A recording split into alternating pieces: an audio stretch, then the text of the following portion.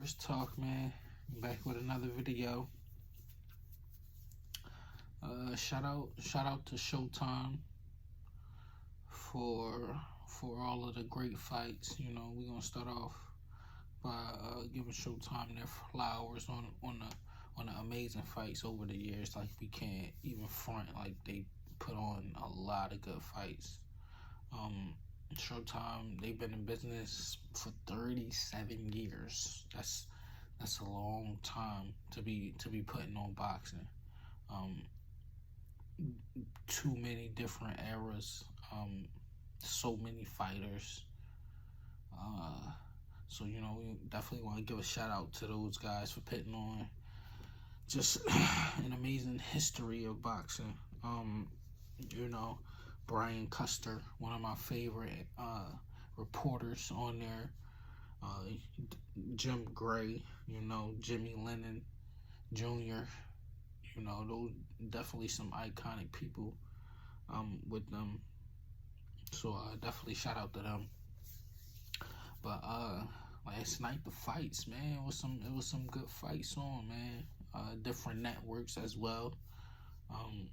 But that Chris Colbert fight, man, I just felt like from the first round that this was gonna be the same fight over again. I kind of already knew that, but I was giving him a chance. Um, to me, he just talked. He just talked too much. Like, he's not focused. His head is not in the game. Or not in the fight. Excuse my French. Um, he told his cornerman, just watch what happened. Like, I don't understand what was that for? Like, why are you even talking? Like, just listen to what they say. Like, if you have a question, ask your question. But other than that, you should not be talking. You should be breathing and then getting your mind ready to go back out there the next round. Definitely after El Rayo done hurt you plenty of times, and to me it looked like every punch was hurting Chris. So I already knew it was gonna be a long night for him. If it was gonna be 12 rounds, I thought he had it in him to at least get hurt and go to 12 rounds. But that knockout was so clean that it was nothing he could do. In one of the cameras, I saw the pad guy. I forgot his name. He just was shaking his head in the background once he got caught with that right. Like, why are you leaning back with your hands down? Like, you're never supposed to do that. Like, if you're gonna do that, keep your hands up. That way, he would have caught an arm with that reaching right hand. He would have caught an arm. And Chris just not. He needs to take some time off, in my opinion, and just get his mind back, and he needs to drop some levels, which he already is. After losing that fight, he's going to drop some levels, and he going to have to build his way back up. Everybody that's coming up, he going to have to fight them guys, and they going to look at you as a gatekeeper. So is he going to be a gatekeeper, or he going to come back and step it up? But we going to see. David Morrell, though, he put on a good performance. Second round stoppage. The guy named, I don't know how to say his name, but Sina Abdeko. I don't know. I don't even know where he's from. To be honest, I don't know too much about him. I'm always looking for every opponent to go in there and put on their best performance.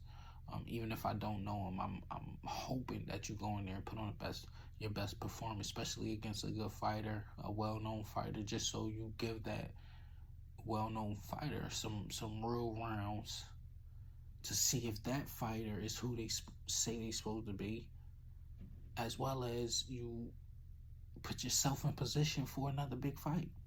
So I'm always looking for the unknown fighter to put on a good show. This time, this one didn't.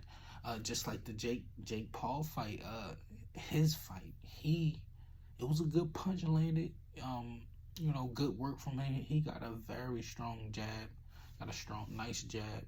But some questions about that knockout. But we ain't even gonna go there. We ain't even gonna go there. But back to David Morrell. He put on a great performance against a good, tough opponent. I think he only had 2 losses. His opponent, which is good. That's a good record.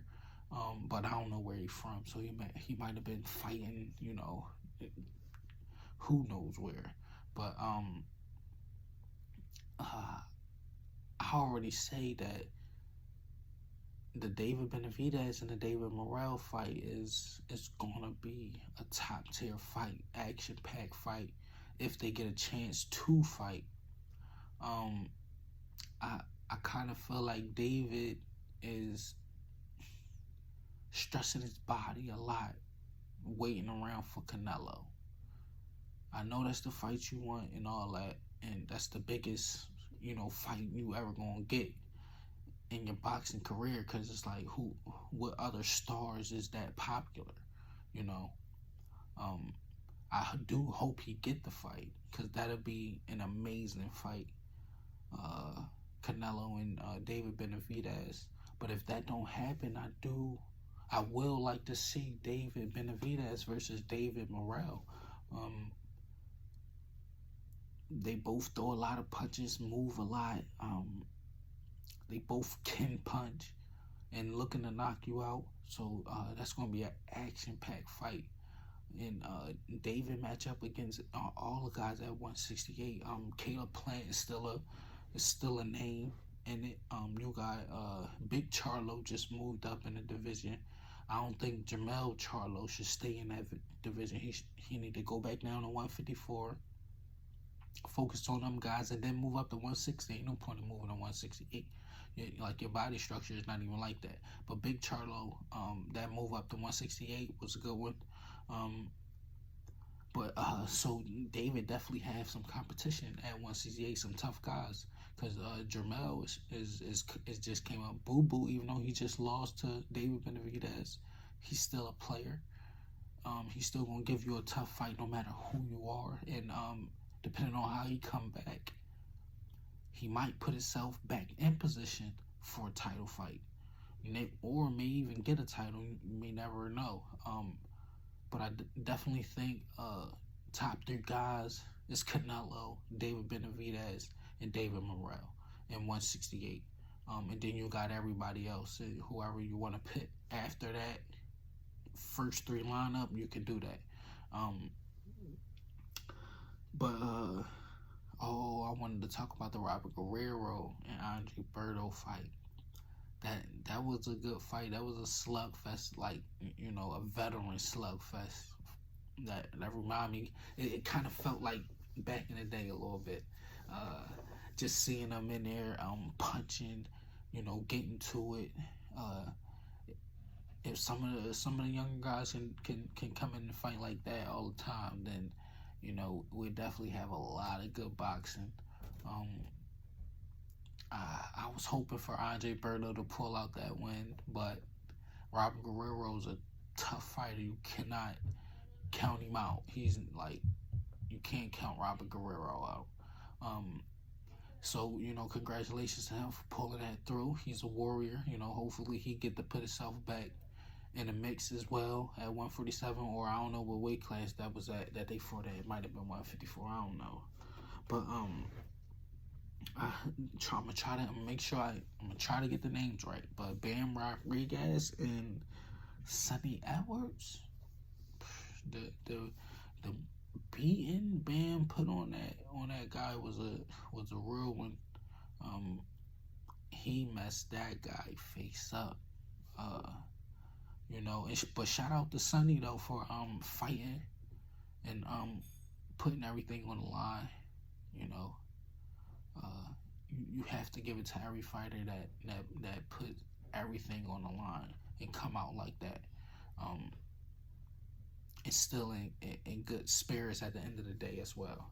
But shout out to him for getting in the ring and fighting as best as he could. Bam is good. So you it wasn't really nothing he can really do, to be honest. Bam is definitely that good, but he messed his face up. Like, he had his whole face swollen, cut under the eye, on top of the eye, like, ridiculous. Ridiculous.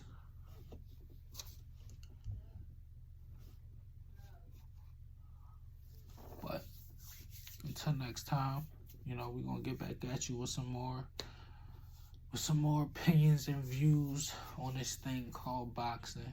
You're gonna see me out and about, probably getting some interviews with some fighters.